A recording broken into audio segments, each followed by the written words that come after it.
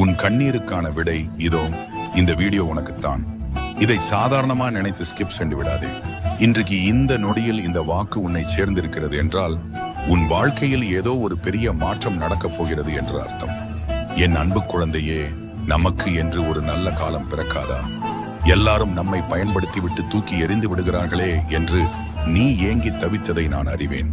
உனக்கு நேர்ந்த ஏமாற்றங்களையும் துரோகங்களையும் கண்டு நீ கலங்கிய போதெல்லாம் நான் உன்னோடு தான் இருந்தேன். விதைத்த விதை உடனே மரமாவதில்லை.